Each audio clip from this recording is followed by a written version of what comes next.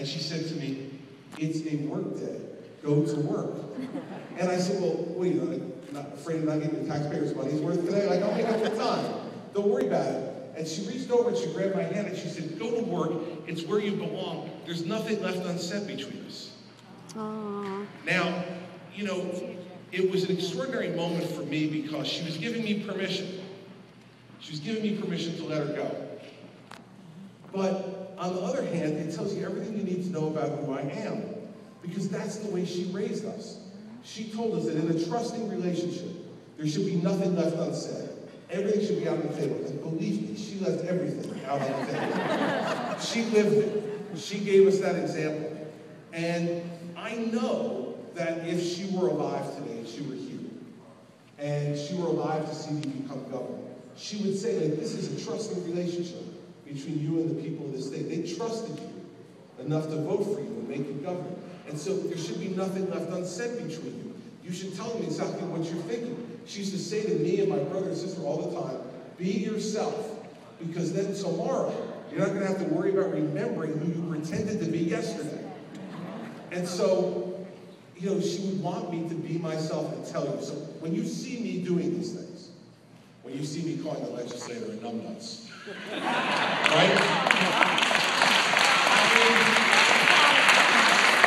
Because she used to call me that when I did something stupid, and I called him that, and you know, that's me. I could have called him a lot worse, but I called him that. When you see those things, when you see me down at the operations center during Hurricane Irene, telling the people in Asbury Park to get the hell off the beach, it's because that's what I felt. They were aggravating me. They weren't getting off the beach, and that hurricane was coming. They need to get the hell off the beach, so get the hell off the beach. I tried the day before. I said, everyone needs to move to higher ground or safer area. And this is New Jersey, right? So people are like, get ready. Next day I say, get the hell off the beach. 1 million people leave the shore.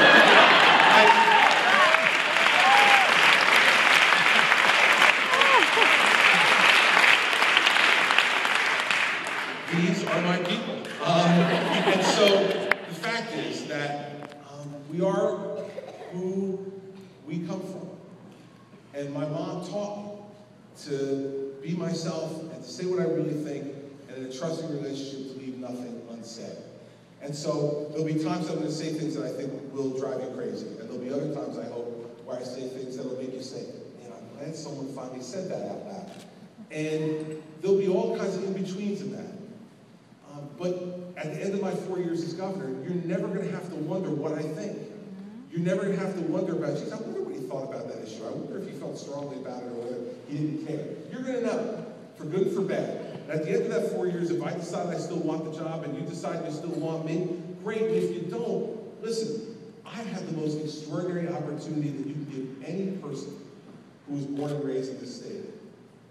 I was born in Newark and I was raised in Livingston, and I've gotten to be governor of the state where I was born and raised. It's the most incredible honor you could ever give me.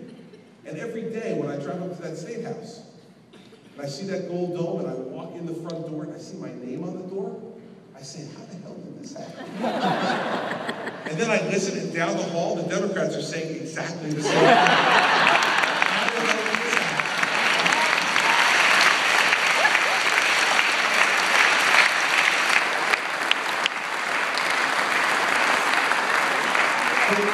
But you made it happen.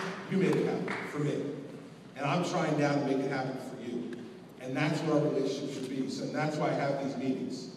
Because, we're not always going to hear good things. It's not always going to be happy news. But on the other hand, we're going to at least be communicating with each other, talking to each other.